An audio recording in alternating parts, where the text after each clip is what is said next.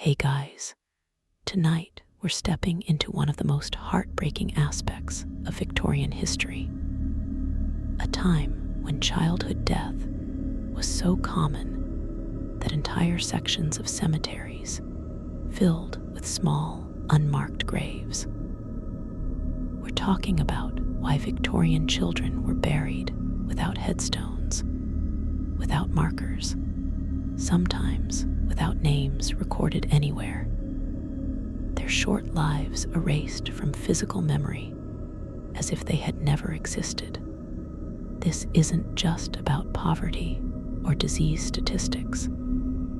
This is about the systematic erasure of children from history, about tiny bodies laid to rest in paupers' graves and forgotten corners of churchyards, about families who couldn't afford to mark where their children lay. The reality behind these unmarked graves tells us about class, about the value placed on different lives, about grief that had no public expression, and about thousands of children whose deaths were so unremarkable to Victorian society that no one thought to preserve their memory. So before we walk through those Victorian cemeteries and look at the sections where children were buried in rows with no stones to mark them, take a moment to like the video and subscribe, but only if you genuinely enjoy what we do here. And let me know in the comments where you're tuning in from and what time it is for you. It's always fascinating to see who's joining us from around the world, especially those of you settling in for the night. Now dim the lights, maybe turn on a fan for that soft background hum, and let's ease into tonight's journey into the unmarked graves of Victorian children and what they reveal about life, death, and memory in the 19th century, the Victorian era, spanning from 1837 to 1901, during Queen Victoria's reign, was a period of tremendous industrial growth and imperial expansion for Britain, but also a time of stark inequality and brutal living conditions for the working classes and the poor. The childhood mortality rate was catastrophic by modern standards. In the mid-19th century, roughly half of all children born in working-class neighborhoods of industrial cities died before reaching their 5th birthday. In the poorest areas, infant mortality approached or exceeded 50%, meaning that more children died than survived. Middle and upper-class children fared better, but still faced mortality rates that would be considered emergency level today. Diseases that are now preventable or treatable: cholera, typhoid, scarlet fever, measles, whooping cough, diphtheria, killed children by the thousands. Malnutrition weakened children's immune systems, making them vulnerable to infections. Poor sanitation meant that water and food were often contaminated. Overcrowded housing facilitated disease transmission. Child labor exposed young bodies to industrial accidents and occupational diseases. The result was that childhood death was not exceptional, but expected, a normal part of Victorian life that families anticipated and tried to prepare for emotionally, even as they hoped to be spared.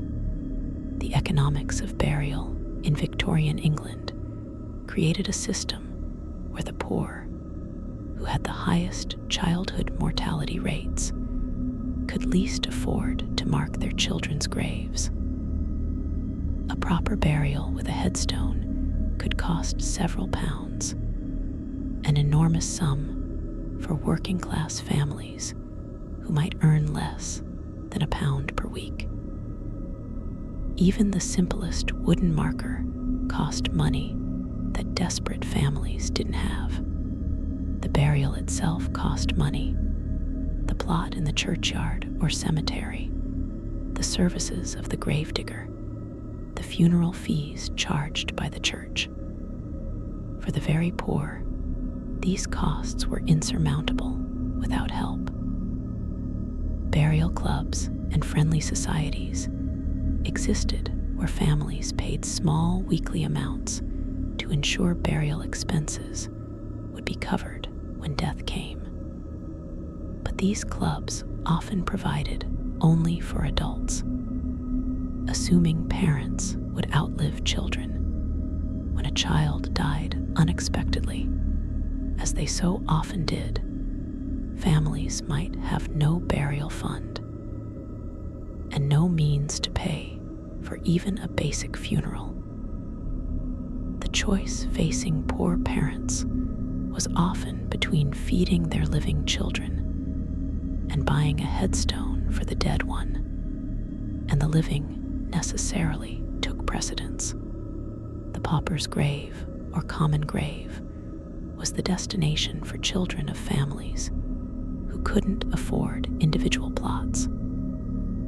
These were large pits in sections of cemeteries and churchyards set aside for the poor, where multiple bodies would be buried together without individual markers. A pauper's grave might contain a dozen or more bodies, adults and children together, strangers in death, though they might have been neighbors in life. The graves would be filled in layers as bodies accumulated, the oldest burials at the bottom, the most recent at the top, all jumbled together without separation or individual dignity. Sometimes, a single stone would mark the entire common grave, noting only the date range when it was in use. Nothing about who was buried there. More often, there was no marker at all, just a section of ground that locals knew was paupers' graves. But that might become unmarked and forgotten within a generation, as memory faded and communities changed. The workhouse system, where the destitute were forced to live and work in institutions that were deliberately made harsh to discourage people from seeking aid, generated large numbers of unmarked children's graves. Children born in workhouses, of which there were many as desperate pregnant women, often ended up there, died at even higher rates than children in the general poor population. The workhouse environment was cold, often unsanitary despite official regulations, and bobbies and young children received minimal care.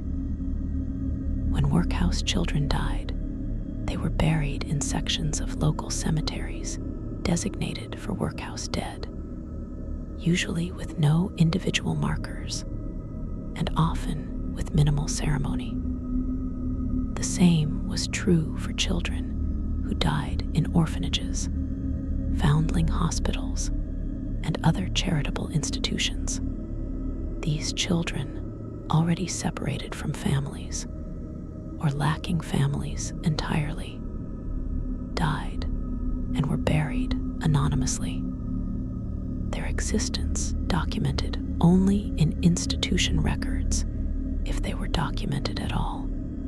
The baby farming scandal of the Victorian era contributed significantly to unmarked children's graves. Baby farmers were women who would take in unwanted children, usually illegitimate bobbies, for a fee. The mothers, often unmarried women desperate to hide their pregnancies, and unable to care for children, would pay baby farmers to take their infants. Some baby farmers provided genuine care, but many simply took the fee and then neglected the children, letting them die from starvation or exposure, or deliberately killing them through poison or suffocation. The mortality rate for bobbies placed with notorious baby farmers approached 100%. These murdered children, and they were murdered even when the method was slow starvation rather than active killing, were buried in unmarked graves, their deaths often not even reported to authorities. The baby farming practice was widespread enough that it contributed substantially to infant mortality statistics and to the number of unmarked children's graves in Victorian cemeteries, the stillbirths and very early infant deaths that occurred with high frequency in Victorian times often resulted in unmarked burial or no formal burial at all. Bobbies who died at birth or within days of birth were sometimes not considered to have fully lived in the social sense, and burial practices reflected this ambiguity.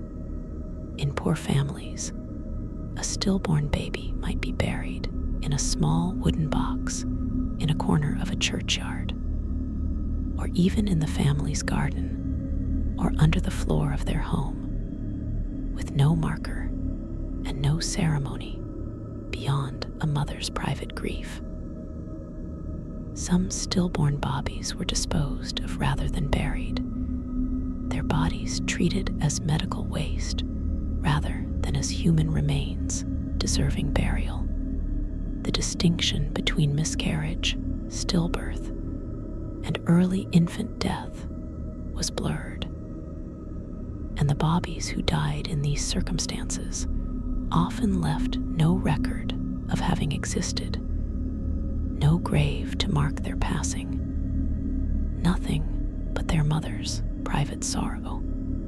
The epidemic diseases that swept through Victorian cities with regular frequency killed children in large numbers and often resulted in mass burials with minimal marking. Cholera epidemics, which struck Britain multiple times during the 19th century, killed thousands, many of them children. During the worst outbreaks, bodies accumulated faster than individual graves could be dug, and mass burials in trenches or pits became necessary. Families might not even know exactly where their children had been buried in the confusion of epidemic, just that they were somewhere in the plague ground or the cholera cemetery. Scarlet fever outbreaks killed children specifically, as it was predominantly a disease of childhood. Measles, whooping cough, diphtheria, all produced spikes in childhood mortality that overwhelmed normal burial practices and resulted in hurried burials with minimal ceremony and often no marking. The social stigma surrounding certain types of death meant that some children's graves were deliberately left unmarked. Children who died in circumstances that brought shame on the family, illegitimate children whose very existence was meant to be hidden. Children who died from neglect or abuse. Children whose deaths might raise questions about the family's care. These children might be buried quietly with no marker to draw attention. The same was true for children who died in institutions like reformatories or industrial schools, places where troubled or criminal children were sent. Society's judgment extended even to dead children, and families might choose anonymity in death to avoid the gossip and speculation that a marked grave might invite. The silence of an unmarked grave was sometimes protective, a way to avoid scandal, but it also meant the child's existence was erased from public memory. The religious complications surrounding unbaptized children led to their burial in unconsecrated ground, often without markers. Christian doctrine held that baptism was necessary for salvation, and unbaptized children who died, whether from death too soon after birth for baptism to be performed, or from parents who hadn't bothered with the ceremony, presented a theological problem. These bobbies couldn't be buried in consecrated ground in churchyards, as they were technically not Christians. They were buried instead in unconsecrated sections at the edges of churchyards, or outside cemetery walls, or in liminal spaces that were neither fully part of the burial ground nor completely separate.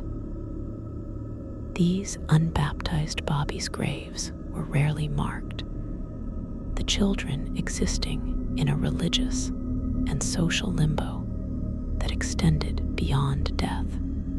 The cruelty of denying burial in consecrated ground to innocent bobbies, whatever the theological justification, added to the tragedy of their deaths and to the anonymity of their graves. Archaeology of Victorian children's graves, studied by researchers examining old cemeteries and burial grounds, reveals the extent of unmarked burial. Excavations for construction or cemetery reorganization sometimes uncover dozens or hundreds of children's remains in areas where there are no visible markers or records. The size of the coffins or the developmental age of the skeletons identifies them as children, often infants or toddlers, but nothing identifies them individually.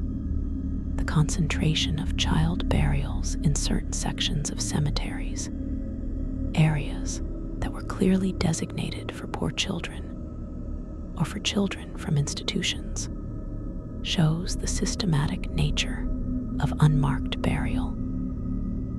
This wasn't random or accidental. It was how Victorian society organized the burial of poor children in dedicated spaces where they could be laid to rest cheaply and without the expense of individual markers. The documentation of children's deaths in Victorian times was inconsistent and often incomplete, especially for the poorest families. Birth registration became mandatory in England in 1837 with the establishment of civil registration, but compliance was imperfect, especially among the very poor. Death registration was similarly required, but not always enforced, and children who died very young might not be registered if their births hadn't been registered either. Parish records might note burials in the churchyard, but often without names for pauper burials, recording only child or infant with perhaps a date. Medical death certificates, when they existed, might provide some information, but doctors were not always called for children who died at home, especially in poor families. The result is that many Victorian children lived and died without leaving documentary evidence, their existence known only to their immediate families, and lost when those families died or dispersed. The grief of parents who buried children in unmarked graves was profound, but often private and unacknowledged. Victorian mourning culture, elaborate for adults with its black clothing, mourning jewelry, and formal rituals, often paid less attention to children's deaths, especially infant deaths. The high mortality rate created a kind of fatalism, an expectation that not all children would survive, and this shaped how child death was grieved. Mothers, who bore most of the emotional burden of child loss, might be told not to grieve excessively for babies, that more children could be born, that excessive attachment to infants who might die was unwise. But the private grief was nonetheless real. Mothers and fathers mourning children whose graves they could never afford to mark, whose burial places might become lost to memory within their own lifetimes. The absence of a marker didn't mean absence of love or grief, just absence of means to express that grief publicly. The contrast between wealthy and poor children's burials in Victorian times could not have been more stark. When a child of the upper classes died, the funeral might involve considerable expense. A small coffin of fine wood, perhaps with brass fittings, a grave plot in a prestigious section of the cemetery, an elaborate headstone carved with angels or lambs, appropriate symbols for a child, mourning clothes for the family, a funeral procession, a memorial service, the child's name, dates of birth and death, and often a verse or sentiment would be carved into stone, permanently marking their existence. Meanwhile, in the same cemetery, in a different section separated by both space and social class, poor children were being buried in unmarked common graves, their names unrecorded, their lives unacknowledged except in the hearts of their bereaved families. The geography of the cemetery physically manifested class inequality, and the marked versus unmarked graves showed which live society deemed worthy of remembrance. The role of charitable organizations in Victorian burial practices sometimes helped, but often still resulted in unmarked graves. Charities might pay for the burial of poor children, sparing families the immediate expense, but the charity burial was typically minimal. A simple coffin and a spot in a common grave with no marker. Some charities did provide small markers or recorded names in their own registries, but many did not. And even when names were recorded, the information might be lost when the charity dissolved or its records were destroyed. The charitable impulse to ensure Christian burial for all children, laudable in its way, still operated within constraints that usually meant anonymity in death. The charity could afford to bury the child, but not to provide a permanent marker. So the child went into the ground with other charity cases, unmarked and soon forgotten, except by family. The impact of child labor on childhood mortality rates, and thus on the number of unmarked children's graves, was substantial. Children as young as 5 or 6 worked in factories, mines, and workshops, exposed to dangerous machinery, toxic substances, long hours, and brutal conditions. Industrial accidents killed and maimed child workers regularly. Occupational diseases like lung damage from textile dust, lead poisoning from various industries, stunted growth and development from malnutrition and overwork, all contributed to early death.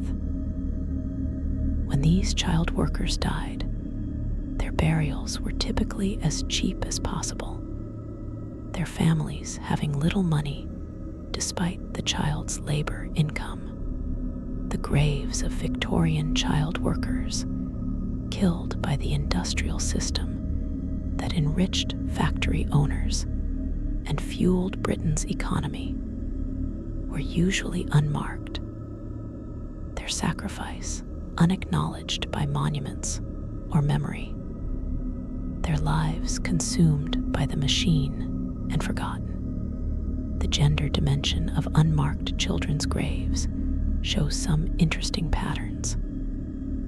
Female children, especially in the poorest families, were sometimes valued less than male children, and this could affect burial practices. A family with limited resources might scrape together money for a marker for a son, but not for a daughter. The birth of girls was often received with less celebration than boys, and their deaths, while certainly grieved by mothers, might be seen as less significant losses to family economy and continuation. This is not to say that families didn't love their daughters, but that in a context where resources were scarce and difficult choices had to be made, gender could influence those choices. The result may have been a slight overrepresentation of girls in unmarked graves, though the data to prove this is limited given the nature of unmarked burial. The seasonal patterns of childhood death in Victorian times affected the concentration of children's graves in cemetery sections. Summer deaths from cholera and other waterborne diseases would spike during warm months when contaminated water was most dangerous. Winter deaths from respiratory illnesses, children in unheated homes succumbing to pneumonia and bronchitis, would cluster in cold months. These seasonal patterns meant that there were periods when large numbers of children were being buried simultaneously, putting pressure on cemetery capacity and perhaps making unmarked burial more likely as resources stretched to handle the volume. The clustering of deaths also meant that some sections of cemeteries filled primarily with children who died in the same outbreak or the same season, creating zones of concentrated child mortality.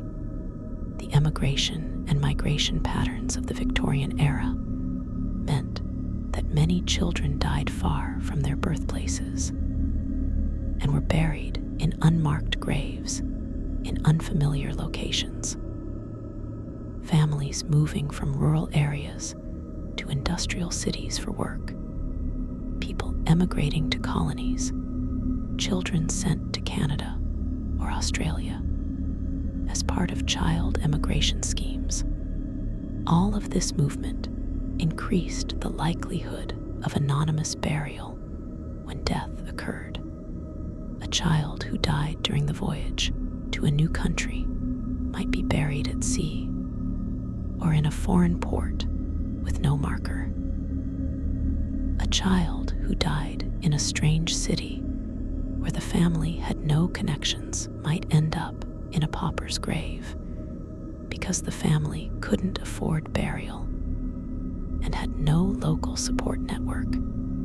The mobility of Victorian society, driven by economic necessity and by imperial expansion, contributed to the disconnection between death and proper burial, with children particularly vulnerable to becoming lost in transit. The photography of Victorian children, including post-mortem photography of dead children, provides poignant evidence of how families tried to preserve memory, even when they couldn't afford grave markers. Middle class and some working class families would pay for a photograph of a dead child, often the only photograph ever taken of that child, as a memorial. The child would be posed to look as lifelike as possible, dressed in their best clothes, sometimes with toys or flowers. These photographs served as permanent records when graves were temporary or unmarked. For families who knew they couldn't afford a headstone, a photograph might be the only tangible memorial of their child's existence. The popularity of post-mortem child photography in Victorian times reflects both the frequency of child death and the desperate desire of parents to have something to remember their children by when physical graves might be lost or unmarked. The medical understanding of childhood diseases in Victorian times was limited, and this affected both mortality rates and burial practices. Doctors didn't understand germ theory until late in the century, meaning they couldn't effectively prevent or treat most childhood infections. The causes of high infant mortality, poor nutrition, contaminated water and milk, inadequate sanitation, crowded housing, were not fully understood or addressed until late Victorian and Edwardian reforms. The ignorance meant that children continued to die in large numbers from preventable causes, and the volume of death meant that burial practices couldn't be individualized for most of the poor. The same medical ignorance that killed children also meant their deaths were often not properly investigated or documented, adding to the anonymity of their burial. The institutional care of Victorian children, whether in workhouses, orphanages, or other establishments, was characterized by harsh conditions and high mortality that led to numerous unmarked graves. Children in these institutions often came from already disadvantaged backgrounds. They were poor, possibly illegitimate, orphaned, or abandoned, and the institutional environment further damaged their health. Food was inadequate in quantity and nutrition. The buildings were cold and damp. Medical care was minimal, and discipline was often brutal. Children died from infectious diseases that spread rapidly in crowded dormitories, from malnutrition and neglect, from untreated injuries and illnesses. The institutions buried their dead in dedicated cemetery sections, often on institutional grounds or in areas set aside for institutional burials, and markers were rare. The institutions prioritized minimal expense in death as in life, and the children who died in their care were buried cheaply and anonymously. The impact of Victorian mourning culture on children's graves shows interesting contradictions. While adult mourning was highly elaborated, with prescribed periods of mourning, specific clothing, and formal rituals, child mourning was more ambiguous. Some Victorian mourning guides suggested that infants who died very young should not be mourned as extensively as older children or adults. The logic being that the parents had less time to form attachment, and that the child had not achieved a full social existence. Other guides and religious texts emphasized the tragedy of child death and encouraged proper mourning. The reality for poor families was that mourning rituals required money they didn't have. Black clothing was expensive.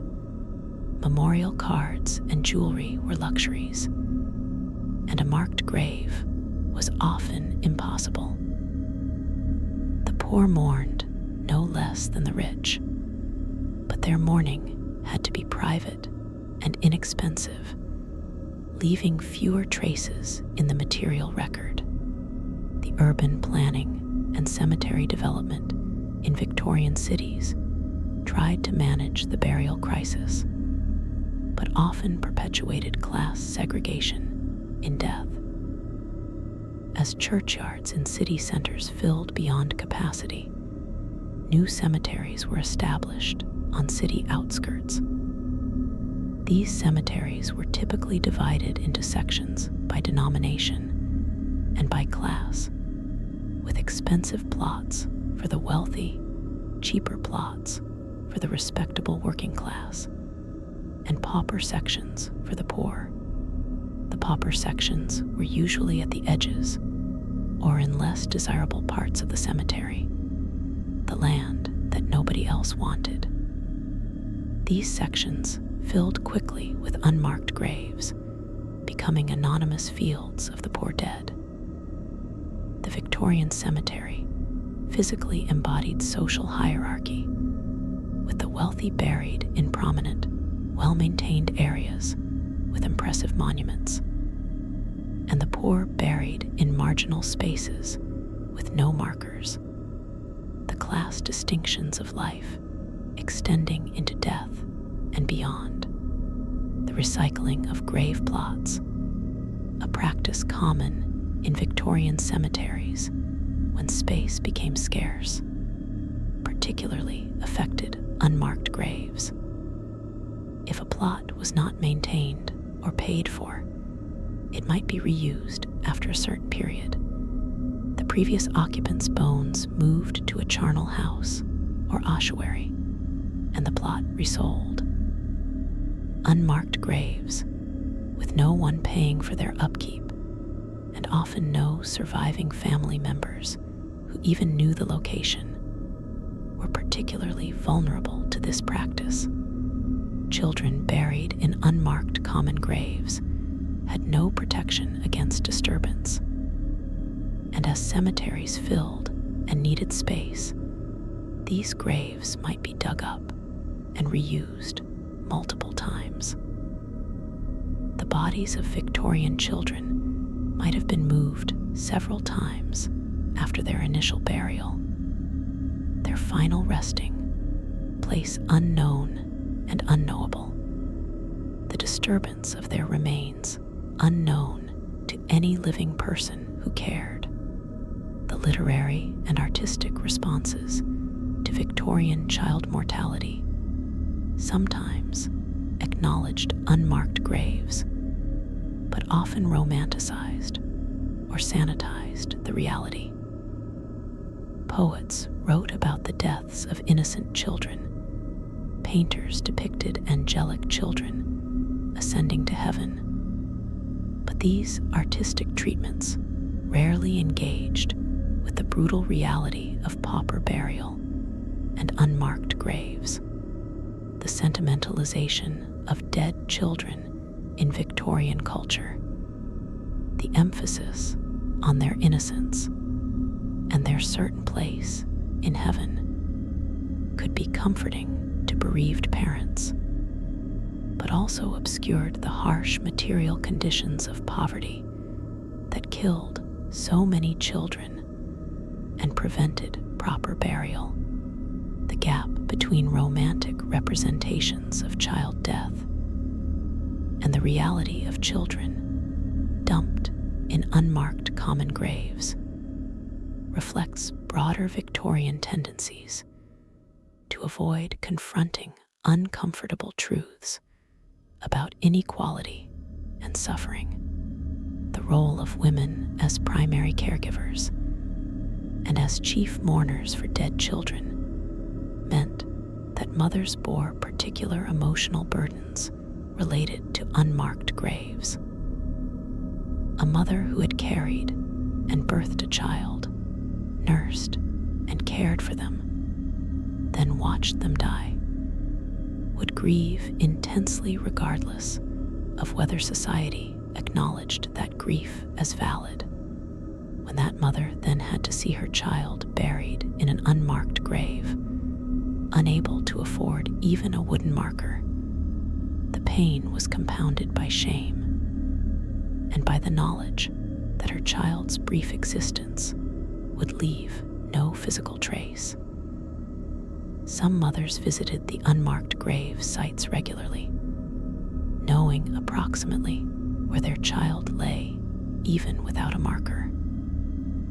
Others couldn't bear to visit the anonymous field of paupers, graves too painful to contemplate. The private grief of Victorian mothers whose children lay in unmarked graves was immense, but largely unrecorded, as women's emotional experiences were often dismissed or minimized in historical records. The public health reforms of the late Victorian period, driven by reformers who understood the connection between sanitation, living conditions, and mortality, gradually began to reduce child death rates. The Public Health Acts, improvements to water supply and sewage systems, better housing regulations, the provision of milk depots, and other nutritional support, all contributed to declining child mortality by the end of the 19th century. As fewer children died, burial practices could become more individualized even for the poor, and the practice of mass, unmarked burial of children became less common. But these reforms came too late for the hundreds of thousands of children who had already died and been buried anonymously in the early and middle Victorian period.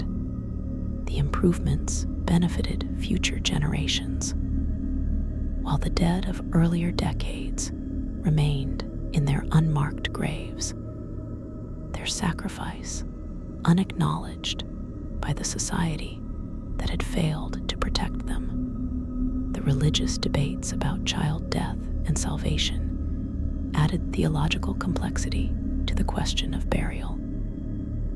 Christians generally believed that innocent children who died would go to heaven, but there were debates about what constituted innocence and whether baptism was required. The Catholic doctrine of limbo, a place for unbaptized infants that was neither heaven nor hell, created anxiety for Catholic families. Protestant denominations had varying teachings about child salvation. These theological uncertainties could affect burial practices, with some churches more willing than others to provide full burial rites for children who died unbaptized or in other problematic circumstances. The children caught in these theological debates might end up with less formal burial and unmarked graves, their fate in the afterlife uncertain in doctrine, and their fate on earth anonymous burial in unconsecrated ground. The international variation in child burial practices shows that while unmarked graves for poor children were common in Victorian Britain, different societies handled the issue differently. Some European countries had stronger traditions of communal support, that might ensure at least minimal marking for all graves. Some cultures placed higher importance on maintaining burial sites and would find ways to mark graves even with very limited resources. The British system, with its combination of class stratification, limited social support for the poor, and particular religious and cultural attitudes toward death, created conditions where unmarked burial of poor children became systematic and widespread. Comparing Victorian Britain to other countries and cultures reveals that the scale of unmarked child burial was not inevitable or universal, but resulted from specific social and economic structures. The psychological impact on surviving siblings of seeing their brothers and sisters buried in unmarked graves would have been significant. Children who witnessed their infant siblings dying regularly, a common experience in large Victorian families, would have internalized lessons about the fragility of life and about their own expendability. Seeing family members buried without ceremony or marker taught children about their family's place in the social hierarchy and about which lives society deemed worthy of remembrance. Some Victorian autobiographies and memoirs mention the trauma of childhood experiences of sibling death and burial, the confusion and grief of children who didn't understand why their brother or sister had to be buried in a pauper's grave, or why they couldn't visit a marked grave to remember them. The attempts by some charities and reformers to address the issue of unmarked children's graves met with mixed success. Organizations like the Ragged School Union and various Christian charities tried to ensure that poor children received decent burial, sometimes establishing funds to pay for markers, or maintaining registries of names, even when individual markers weren't possible. Some philanthropists donated money specifically for marking children's graves, or for establishing memorial gardens for children who had been buried anonymously. But these efforts reached only a fraction of the children who died, and many charitable initiatives were short-lived or poorly funded. The scale of the problem was enormous, with thousands of children dying annually in major cities alone, and private charity could not solve a problem rooted in systemic poverty and inequality. Connection between illegitimacy and unmarked burial was particularly strong. Illegitimate children born to unmarried mothers faced social stigma from birth and higher mortality rates due to the difficult circumstances of their mothers. When these children died, their burial was often as hidden as their birth had been meant to be. The mother might have no money for burial, might fear identification if she tried to arrange formal burial, and might resort to secret burial or abandonment of the body. Baby farming, mentioned earlier, primarily dealt with illegitimate children, and the deaths of these children resulted in unmarked burial or disposal of bodies with no burial at all. The children of unmarried mothers, already disadvantaged by social stigma and economic hardship, were particularly likely to end up in unmarked graves, their existence and death both shrouded in secrecy. The archaeological evidence of child malnutrition and disease in Victorian unmarked graves provides grim testimony to living conditions. Skeletal remains show evidence of rickets from vitamin D deficiency, growth disruptions indicating periods of starvation or severe malnutrition, dental problems from poor diet and lack of hygiene, signs of infectious diseases that affected bone development. The bones tell stories of hardship that often began before birth, if the mother was malnourished, and continued through short lives of deprivation until early death. The physical evidence confirms what historical records suggest, that poor Victorian children lived in conditions that damaged their health from earliest infancy, and that many were already sick and weak before whatever final illness killed them. The unmarked graves contain the evidence of social conditions that killed children as surely as disease did. The nomming practices for children in poor Victorian families sometimes reflected the expectation of death. Families might reuse the same name for multiple children, nomming a new baby after a sibling who had died, ensuring the name would be carried forward even if individual children were lost. Some families didn't name Bobbies immediately, waiting weeks or months to see if the child would survive before giving them a name. This practice meant that some infants died without ever having been named, making their burial necessarily anonymous, even if the family could have afforded a marker. The emotional protection of not nomming a child who might die, trying to guard one's heart against inevitable loss, resulted in some children having no name to put on a grave, even if a grave marker were possible. The photographic documentation of Victorian cemeteries from the late 19th and early 20th centuries, before many were demolished or built over, shows the contrast between marked and unmarked sections.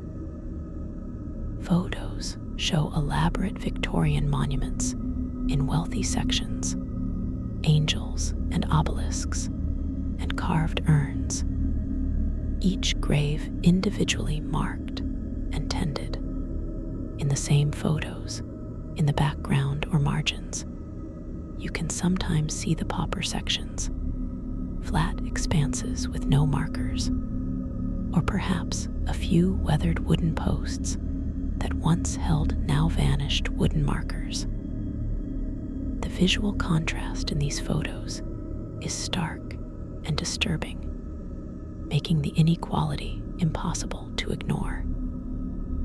These historical photos preserve evidence of Victorian burial practices that might otherwise be forgotten, as the cemeteries themselves were altered or destroyed.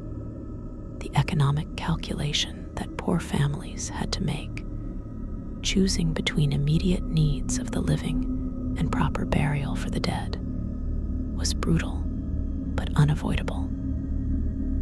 If marking a child's grave meant the surviving children going hungry, the choice was clear, even if painful. If the money for a headstone was the difference between keeping a roof over the family or being evicted, the living took precedence. Victorian society offered little support to ease these choices. The poor law system was deliberately harsh to discourage dependence, and charity was insufficient and conditional. Families had to make impossible decisions, and often the result was unmarked burial. The dead child sacrificed again to the necessities that governed every aspect of poor people's lives. The absence of markers was not indifference, but testimony to the impossible choices poverty forced on families, the impact of rapid urbanization on burial practices, and specifically on unmarked children's graves, was profound. As people flooded into industrial cities seeking work, urban populations exploded beyond the capacity of existing infrastructure, including burial grounds. The churchyards that had served small communities for centuries suddenly had to accommodate death rates driven by industrial urban living, and they couldn't cope. New cemeteries were established, but they too filled rapidly.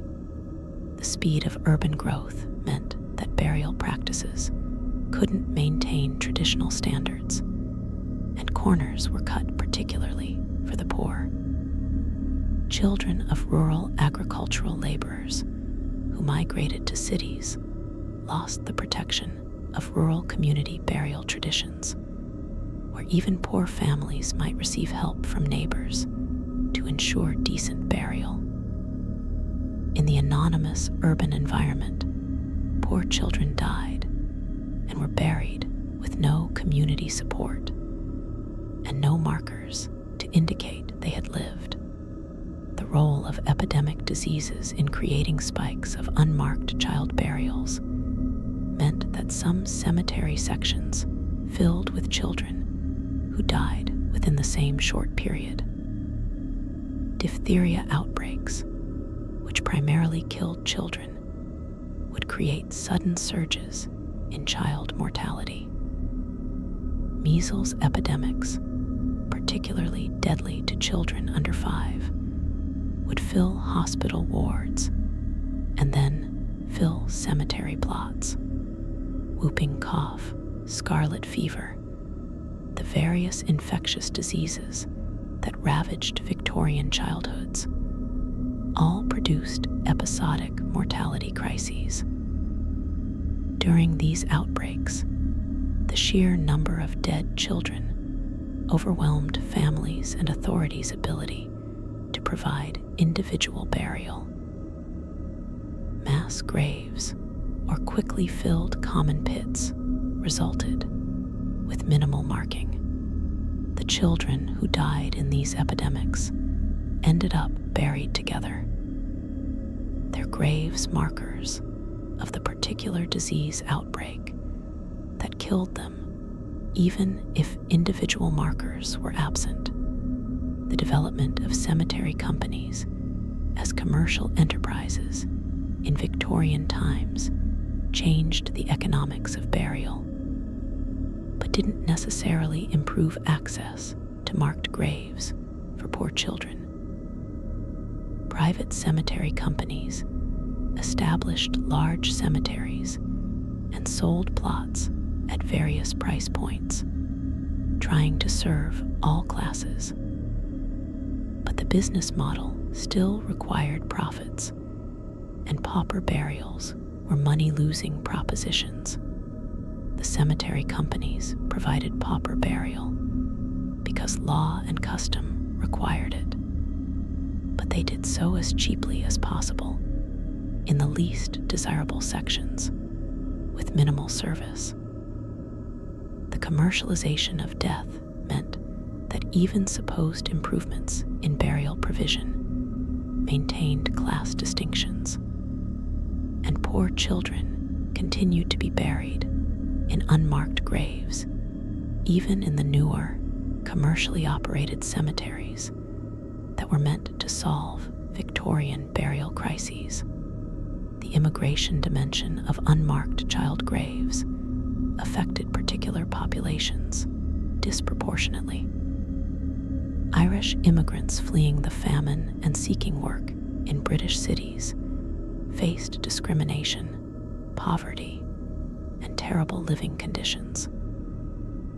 Their children died at even higher rates than English working-class children, and burial in unmarked graves was common. Jewish immigrants from Eastern Europe, arriving in late Victorian times, had their own burial grounds, but faced poverty and overcrowding, and their children's graves might be marked in Hebrew, even if they couldn't afford elaborate markers. Other immigrant communities, Chinese, Italian, Caribbean, each faced unique challenges around death and burial. But poverty was the common factor, leading to unmarked burial of children regardless of ethnic or religious background.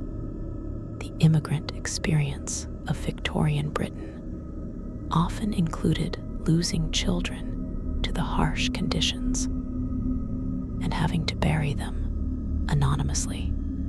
The forensic archaeology of Victorian children's graves, examining the skeletal remains and burial practices, reveals patterns of violence and abuse that were hidden during children's lives and remain hidden in death. Some child skeletons show evidence of healed fractures inconsistent with accidental injury, suggesting repeated abuse. Others show signs of malnutrition, so severe it stunted growth and development. Some show evidence of occupational trauma from child labor, spinal deformities from carrying heavy loads, respiratory damage from textile dust, bone changes from lead exposure. These children died from their treatment by Victorian society, from abuse, from exploitation, from neglect, and were buried in unmarked graves where their suffering might never have been discovered if not for modern archaeological investigation. The unmarked graves contain silent witnesses to the cruelty of Victorian childhood for the poor. The psychological research on grief and mourning suggests that lack of a marked grave or defined place to mourn complicates grief processing, and this would have affected Victorian parents who buried children in unmarked common graves. Modern understanding of ambiguous loss and disenfranchised grief provides framework for understanding what these parents experienced. They knew their child was dead and buried, but they had no specific location to focus their mourning, no place to visit or tend. Their grief was disenfranchised by society that told them not to mourn excessively for children, especially infants, and by economic circumstances that prevented them from marking the grave. The psychological impact of this ambiguous, disenfranchised grief would have been significant, potentially leading to complicated mourning that could last for years or lifetimes. The transformation of Victorian cemeteries over time often involved removal or displacement of unmarked graves, particularly in the 20th century, when many Victorian cemeteries were closed, built over, or reorganized. The unmarked pauper sections were most vulnerable to development because there were no families maintaining the plots, and often no records of who was buried there. Thousands of children's remains were moved when roads were built through cemeteries, when housing developments displaced burial grounds, when cemetery land was repurposed. Sometimes the remains were reburied in mass graves in other locations. Sometimes they were cremated. Sometimes they simply disappeared into construction rubble. The children who had died anonymous deaths now suffered anonymous displacement, moved from one unmarked location to another, or simply erased entirely. The class consciousness and social reform movements of the late Victorian period increasingly criticized the inequalities in death and burial, including the practice of unmarked burial for poor children. Socialists and labor advocates pointed to pauper graves as evidence of how capitalism devalued human life, how the poor were denied dignity even in death. Social reformers argued that proper burial should be a right, not a privilege of wealth. These criticisms contributed to reforms in burial provision and to the establishment of more equitable cemetery practices. But change was slow and incremental.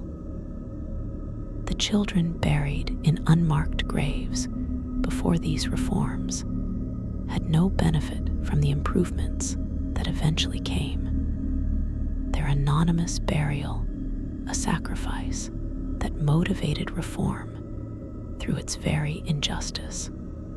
The documentation, projects to record and preserve knowledge of unmarked graves, undertaken by some local historians and genealogists, attempt to recover what information still exists about these anonymous burials.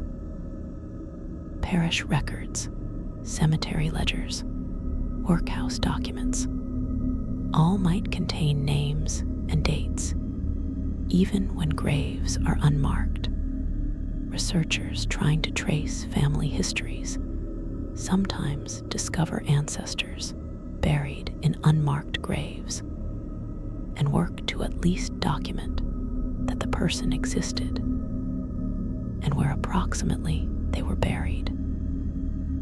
These documentation efforts can't create physical markers, but they preserve information in databases and archives, ensuring that some record survives even when the graves themselves are unmarked or lost.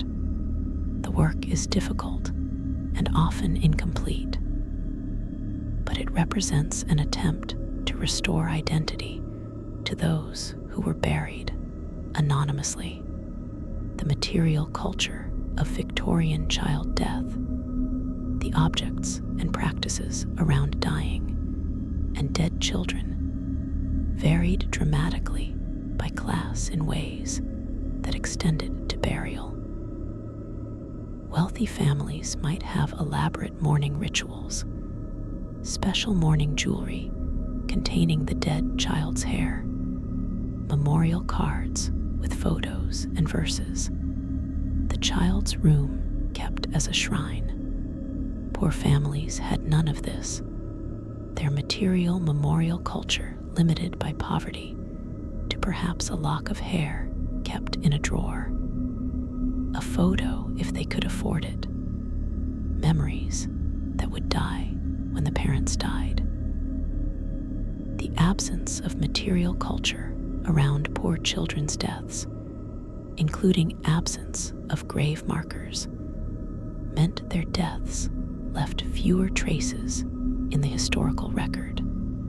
The inequality in death extended to the inequality in memory and commemoration. The specific geography of London and other major British cities meant that certain areas became known for child mortality and for unmarked children's graves.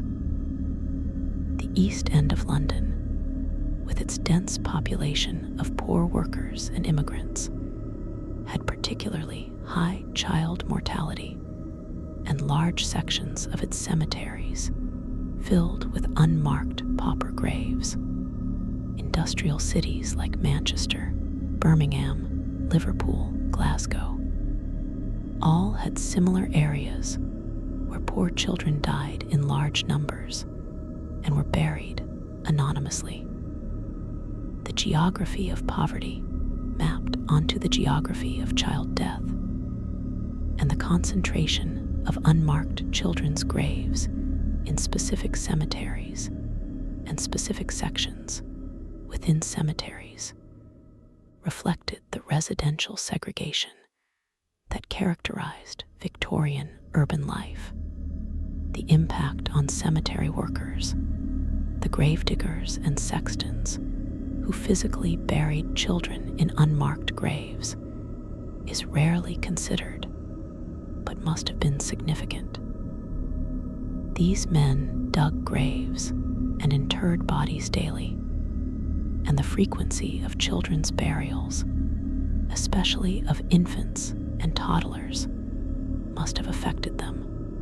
Some Victorian gravediggers' diaries and accounts survive, noting the sadness of burying children, the particular difficulty of burying multiple children from the same family, the disturbing regularity of infant burials. The workers became inured to death through constant exposure, but some retained sensitivity to the tragedy of child mortality and to the injustice of unmarked burial. They were witnesses to class inequality made material in the contrast between elaborate funerals for wealthy children and anonymous burial for poor ones. The pet cemetery phenomenon in late Victorian times, where middle and upper class people established cemeteries for their pets with individual markers and graves, created a bitter irony when contrasted with unmarked burial of poor children. Dogs and cats belonging to the wealthy received more careful burial and more permanent commemoration than human children born to poor families. The Hyde Park Pet Cemetery, established in the 1880s, contains hundreds of small headstones for dogs, each individually marked with names and sometimes elaborate epitaphs. Meanwhile, in pauper sections of human cemeteries, thousands of children lay in unmarked graves, their names unrecorded, their brief lives unacknowledged. The contrast reveals the depth of Victorian inequality and the way class trumped even the most basic human considerations. The language used to describe child death in Victorian times reflected cultural attitudes that facilitated unmarked burial. Infants who died were sometimes called little angels who had been taken to heaven, suggesting their deaths were somehow not real losses, but transitions to better existence. The euphemisms and religious consolations, while providing some comfort to bereaved parents, also minimized the tragedy and perhaps made it easier for society to accept high child mortality without addressing its causes. When children's deaths were treated as inevitable, even as acts of divine, well, rather than as preventable tragedies resulting from poverty and inadequate sanitation, the imperative to memorialize them individually weakened. The language of Victorian child death helped rationalize the practice of unmarked burial. The seasonal variations in burial practices meant that winter burials might be particularly likely to be unmarked, or to have wooden markers that wouldn't survive. Ground frozen hard in winter made digging difficult and expensive, potentially leading families to choose cheaper burial options. Wooden markers placed in winter weather would rot faster than those placed in drier seasons. Spring epidemics, particularly measles and scarlet fever, would produce spikes of child deaths that strained burial capacity. Summer cholera outbreaks killed children rapidly and required quick burial, often with minimal ceremony. Each season had its characteristic patterns of child mortality and burial that affected the likelihood of marked versus unmarked graves. The emigration schemes that sent poor British children to Canada, Australia, and other colonies, supposedly for better opportunities, resulted in some children dying in transit or shortly after arrival and being buried in foreign soil in unmarked graves. The children emigrated with minimal documentation, and when they died far from Britain, their families back home might never know what had happened to them or where they were buried. The child emigration schemes, which lasted from the mid-Victorian period into the 20th century, sent an estimated 100,000 children out of Britain, and the mortality rate among these child migrants was significant. Their graves, in Canadian parishes or Australian towns, were often unmarked. The children buried as paupers in foreign lands, their families in Britain left with no knowledge of their fate. The medical experiments and research using bodies of poor children, while not as systematic or extensive as later medical abuse, did occur in Victorian times and meant some children's bodies didn't even receive burial. Stillborn bobbies or bobbies who died shortly after birth might be used for anatomical teaching or research with no burial following. Bodies of children who died in hospitals might be retained for autopsy or research without families' knowledge or consent. The assumption that poor people's bodies were available for medical use meant that some children never made it to a grave, marked or unmarked, their bodies consumed by medical education, and simply discarded afterward. The exploitation extended beyond death. The bodies of poor children treated as resources for medical advancement without recognition of their humanity. The photography collections in Victorian hospitals and charitable institutions sometimes included photographs of sick or dying children, documentation meant for medical records or fundraising, but that now provides evidence of the children who might have ended up in unmarked graves. These institutional photographs, usually showing children in hospital beds or standing against walls for diagnostic photos, are often the only images that exist of these children. When they died, their burial would typically be institutional and unmarked, but the photographs survive, providing faces and evidence of existence that the graves don't provide.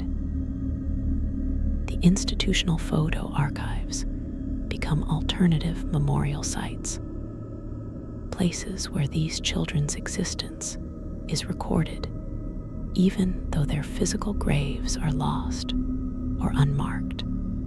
The legal status of children in Victorian times, their lack of rights, and their status as essentially property of their parents contributed to the ease with which they could be buried anonymously.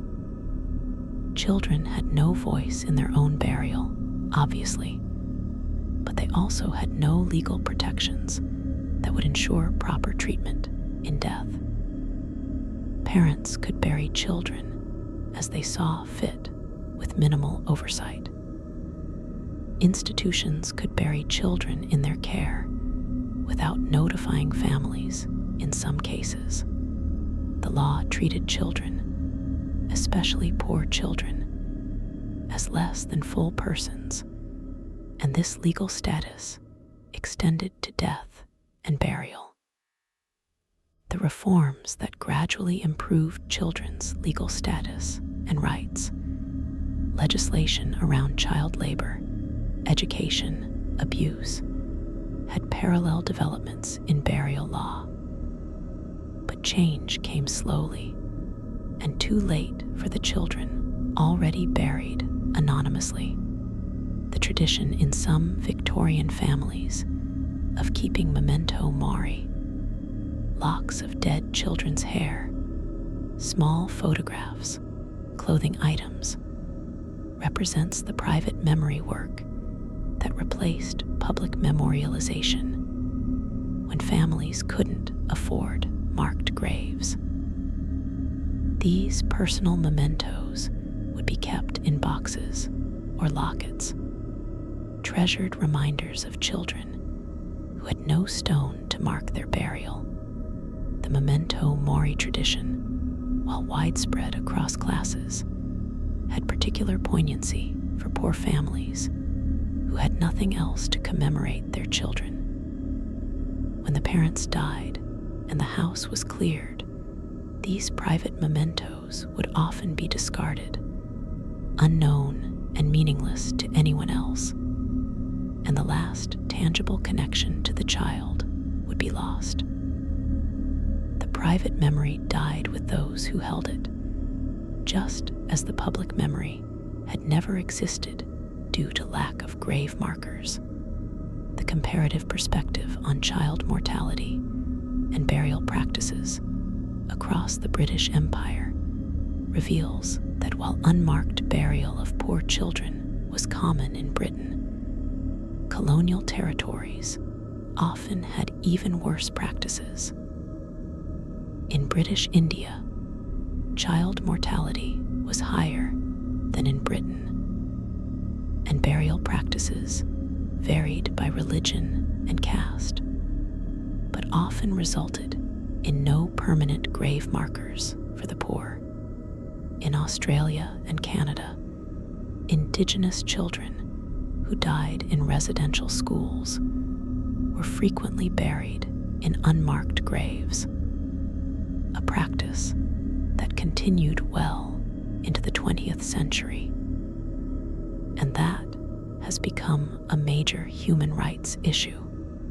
The Irish children in the Magdalene laundries and mother and baby homes, institutions that continued operating long after the Victorian era ended, were buried in unmarked graves by the hundreds. The British Victorian practice of unmarked burial for poor and marginalized children was exported throughout the empire and persisted in various forms long after it declined in Britain itself. The changing religious attitudes toward child death across the Victorian period affected burial practices and mourning. Early Victorian evangelicalism emphasized original sin and the need for conversion, creating anxiety about whether children who died young were saved. Later Victorian religious thought increasingly emphasized divine mercy and the innocence of children, providing more consolation to bereaved parents. The shift in theology affected burial practices somewhat, making clergy more willing to provide full burial rights for children regardless of baptism status or circumstances of death. But the economic barriers to marked burial for poor children remained regardless of theological shifts, and unmarked graves continued to be the norm for children of impoverished families, even as religious attitudes became more consoling. The folklore and ghost stories that developed around cemeteries, with large numbers of unmarked children's graves, reflect collective memory of the tragedy. Many Victorian cemeteries are said to be haunted by the ghosts of children, apparitions of small figures, sounds of children crying or playing. These ghost stories, while supernatural, encode cultural memory of the children who were buried anonymously, giving narrative form to the unease people feel about forgotten dead children. The folklore serves as alternative memorial, keeping some awareness of the buried children alive in cultural consciousness, even when individual identities and grave locations were lost. The ghost stories acknowledge what official history often erased: the presence and the tragedy of so many dead children. The economic analysis of Victorian child mortality and burial reveals how poverty killed children, not just directly through malnutrition and disease, but indirectly through its effects on burial. Families in extreme poverty couldn't afford medical care that might have saved sick children, couldn't afford adequate food to keep children healthy, couldn't afford housing that wasn't overcrowded and disease-promoting. When children died as a result of these privations, the same poverty prevented proper burial and commemoration. The economic system that created the conditions killing children also prevented those children from being remembered, a complete erasure that benefited those who profited from the cheap labor of the poor, while children paid with their lives and their memory. The development of civil registration and vital statistics in Victorian Britain, with birth and death certificates becoming mandatory, created a paper trail that sometimes provides the only evidence of children's existence when graves are unmarked. Parish registers and civil records might note a child's birth and death, even if no grave marker exists. For genealogists and historians, these records become crucial for documenting lives that left no other trace. But the records have limitations. Compliance with registration laws was imperfect, especially among the very poor, and many children who died were never registered either at birth or death. The documentary record is full of gaps, and many children passed through life and death without ever entering official records, their existence known only to immediate family and lost when that family dispersed or died. The psychological toll on Victorian mothers of losing multiple children, common in poor families, must have been catastrophic, but is rarely documented in historical sources. A woman might bear 8 or 10 children and see half of them die in infancy or early childhood. The cumulative grief of multiple child losses, combined with the inability to mark graves or mourn publicly, created trauma that had no outlet. Some women's diaries and letters that survive mention this grief, the sense of loss that never fully healed, the empty places in the family where dead children should have been. But most poor women left no written record, their grief experienced in silence and buried with them when they died, just as their children were buried silently in unmarked graves. The emotional cost of Victorian child mortality was borne primarily by mothers who had no public voice to express their suffering. The contrast between Victorian sentimentalism about childhood and the reality of child mortality and unmarked burial represents a profound cultural contradiction. Victorian culture idealized childhood innocence, celebrated children in literature and art, emphasized the importance of proper child rearing and education.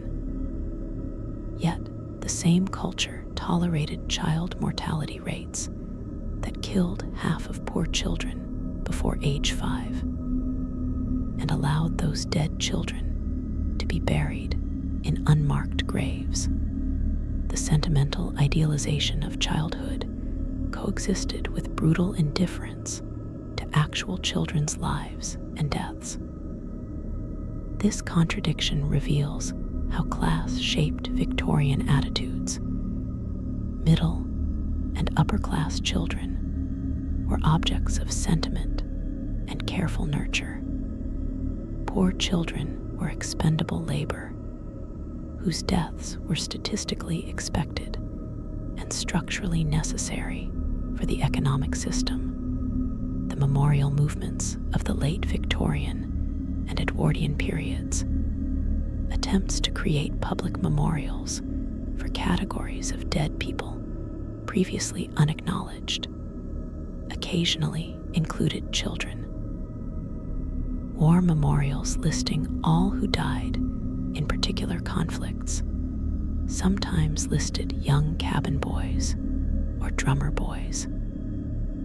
Memorial gardens for those who died in epidemics sometimes acknowledged child victims, but memorials specifically for children who died in poverty and were buried unmarked never emerged as a Victorian priority.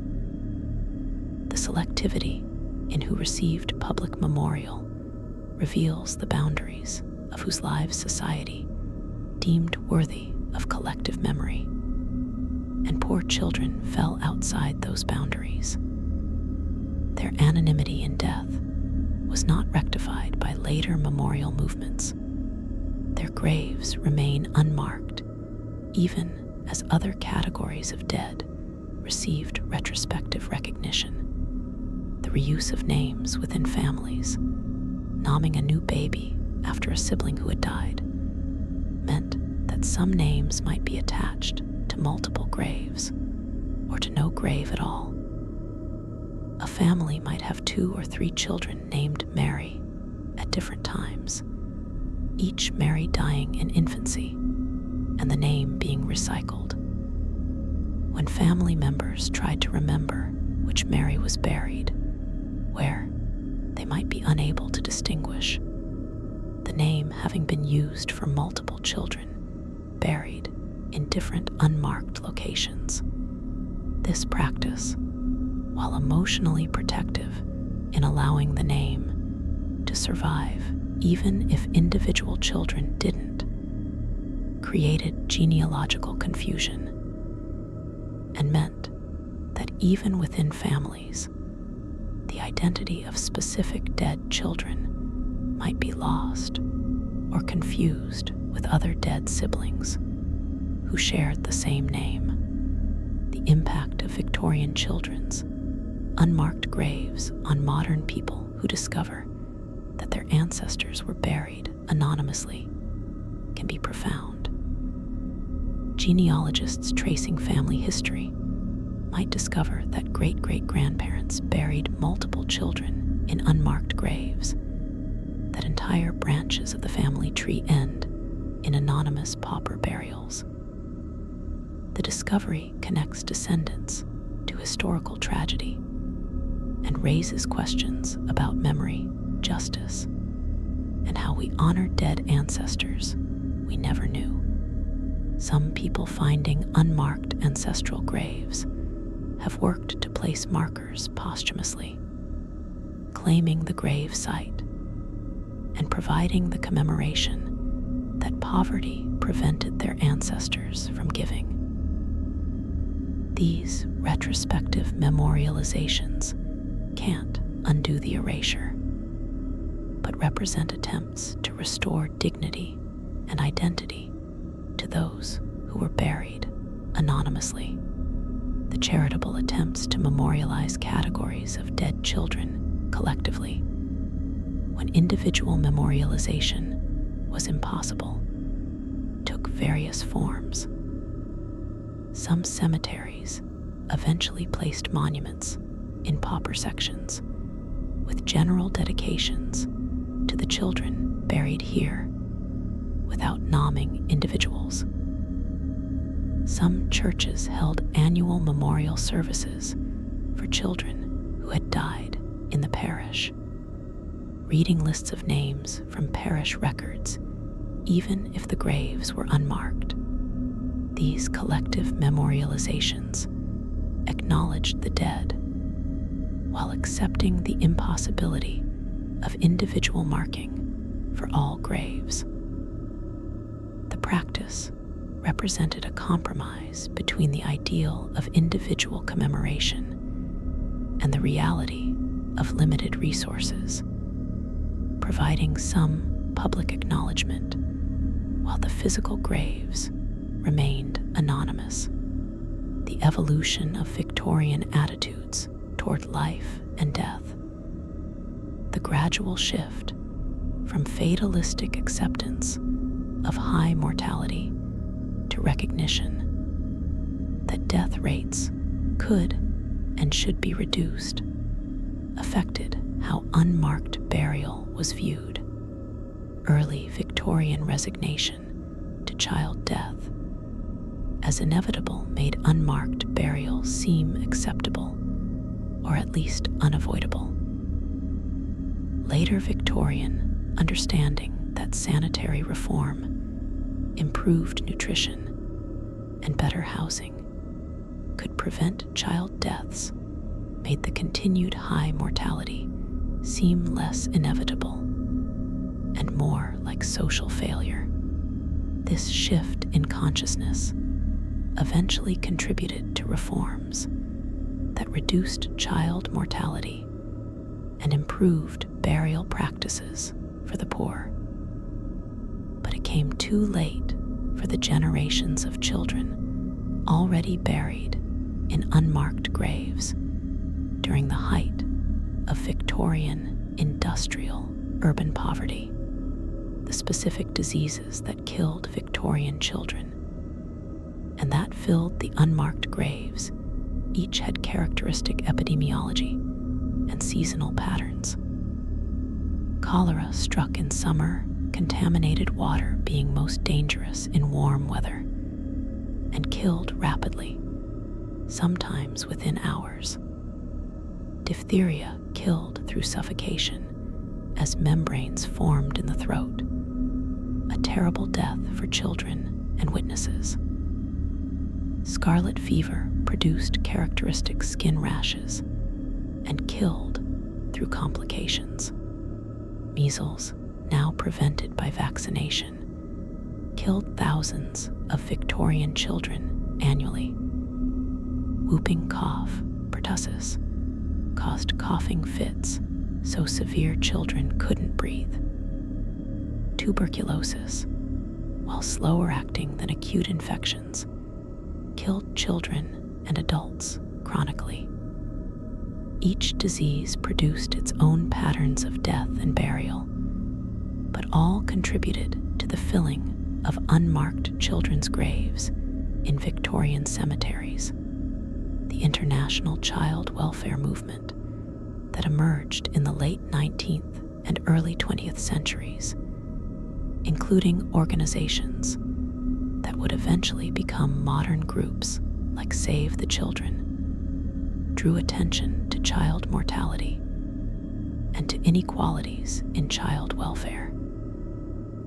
These movements campaigned for improved conditions for children, better nutrition, education, healthcare, and also for more equitable treatment in death.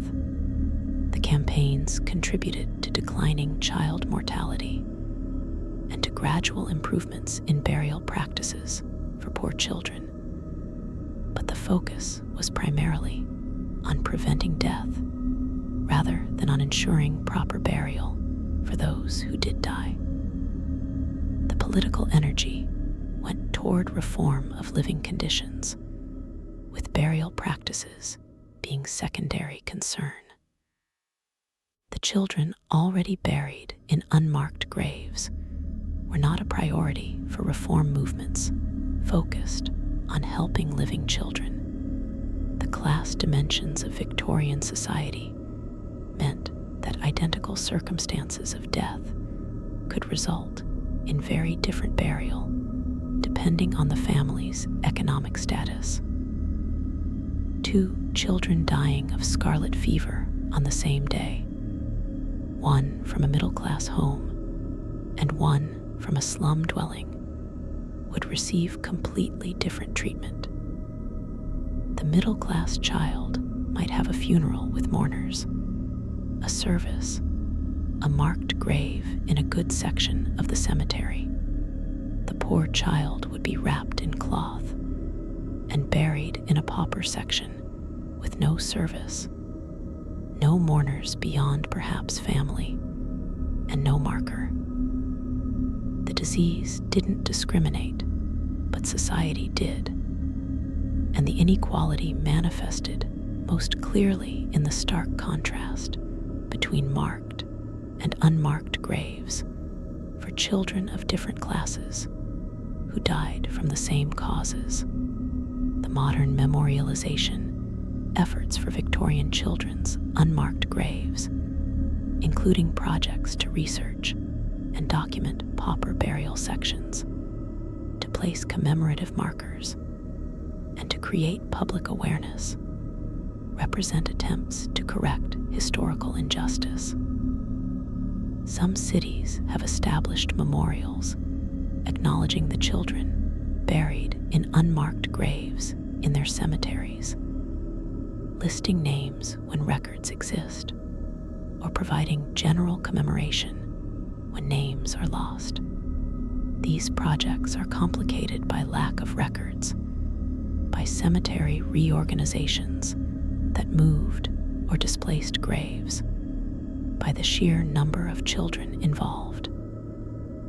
But the attempts represent recognition that the Victorian erasure of poor children from memory was wrong, and that even belatedly, society should acknowledge their existence and their loss.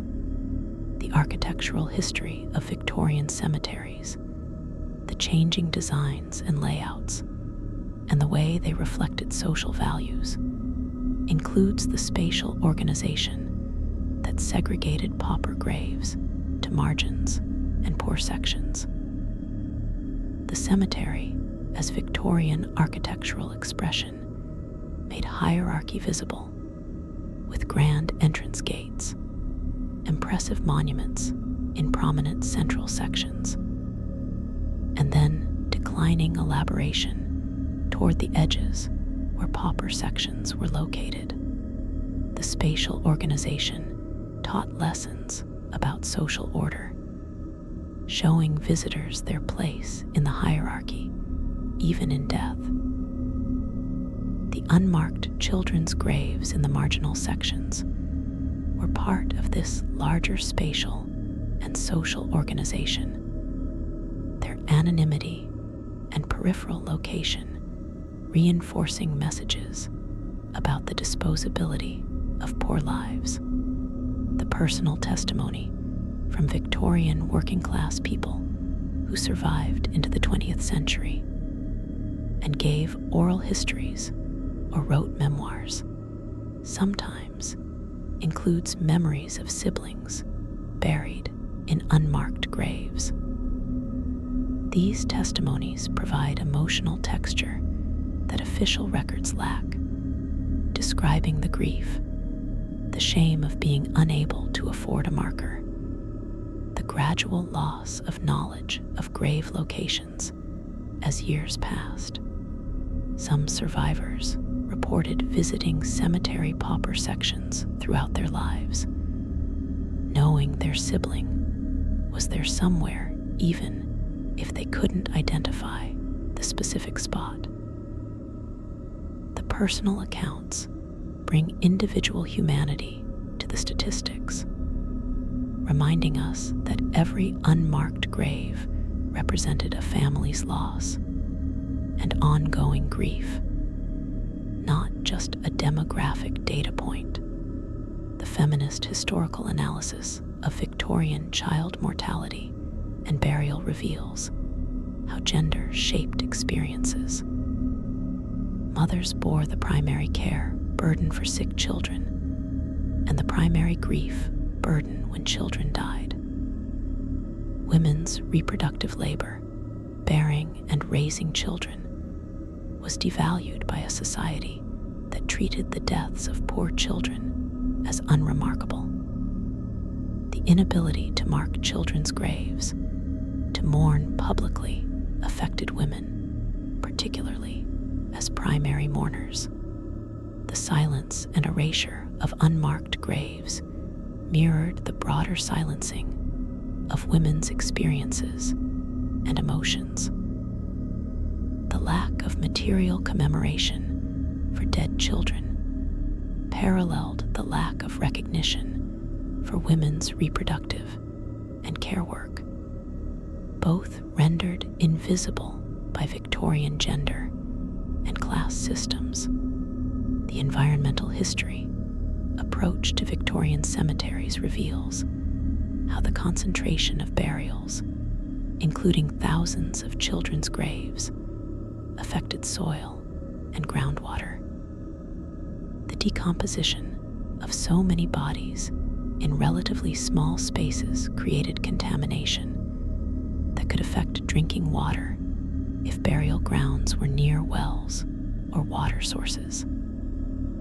This environmental impact was part of what drove Victorian sanitary reform and the move toward crematoria as alternative to burial. The unmarked children's graves, thousands of small bodies buried in pauper sections, contributed to the environmental burden of Victorian burial practices. The earth saturated with human remains, creating public health concerns that eventually motivated changes in death management. So tonight, as you rest in your bed, think about those Victorian children and their unmarked graves. Think about the bobbies who died before they were named, the toddlers who died from diseases we now prevent with simple vaccinations, the children who died from malnutrition in a society of abundance, the children who died from the brutal labor they were forced into. Think about them being buried in pauper pits, in corners of churchyards, in institutional burial grounds, wrapped in cloth, or in cheap wooden coffins, with no ceremony or minimal rites, with no marker to show they had existed. Think about their mother's grief, unable to afford a stone, unable even to visit a specific grave because the burial location wasn't precisely recorded. Think about the thousands upon thousands of small bodies laid in the earth across Victorian Britain, in every city and town, so numerous that cemeteries had entire sections filled with unmarked children's graves.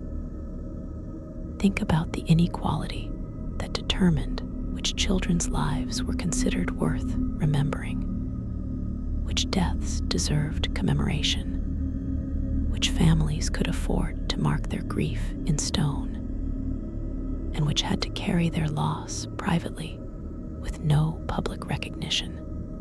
The unmarked graves of Victorian children represent a massive erasure, hundreds of thousands of young lives lost and then forgotten, their existence leaving no physical trace, their names uncarved, their stories untold. The archaeology that sometimes uncovers these graves, the local history that tries to document them, the genealogy that traces them, all work against that erasure, trying to restore identity and memory to children who were buried as if they didn't matter. But most will remain forever anonymous, known only to God and to the families who mourned them, their graves unmarked, their locations lost, their lives erased from everything except the historical record of mortality statistics. They were real children with real lives, however brief, children who smiled and cried, who were loved by someone, who mattered intensely to the people who knew them, even if they didn't matter to Victorian society. The unmarked graves testify to the cruelty of a system that valued some lives and disposable others, that preserved the memory of the wealthy while erasing the poor, that treated children as economic units, whose deaths were acceptable costs of industrial capitalism. Rest easy tonight, knowing that in wealthy countries today, child mortality is a tiny fraction of Victorian rates, that burial practices have improved, that legal protections exist for children, and for proper treatment of remains. But remember the children in those unmarked graves, the ones who died when medicine couldn't save them and poverty couldn't mark them, the ones whose existence was so thoroughly erased that we don't even know how many there were or where they all lie. Their invisibility in death reflects their invisibility in life. Poor children in a society that didn't value them, dying young and disappearing entirely from historical memory, except as statistical data about mortality rates. They deserve to be remembered even though we can't name them, acknowledged even though their graves are unmarked, mourned belatedly by those of us who inherit a world they helped build through their suffering and their sacrifice. Sweet dreams tonight, and when you wake tomorrow, spare a thought for the children who never got to grow up, who lie in unmarked graves in Victorian cemeteries, their short lives over before they truly began, their deaths unremarked except in the hearts of those who loved them and are themselves now long dead.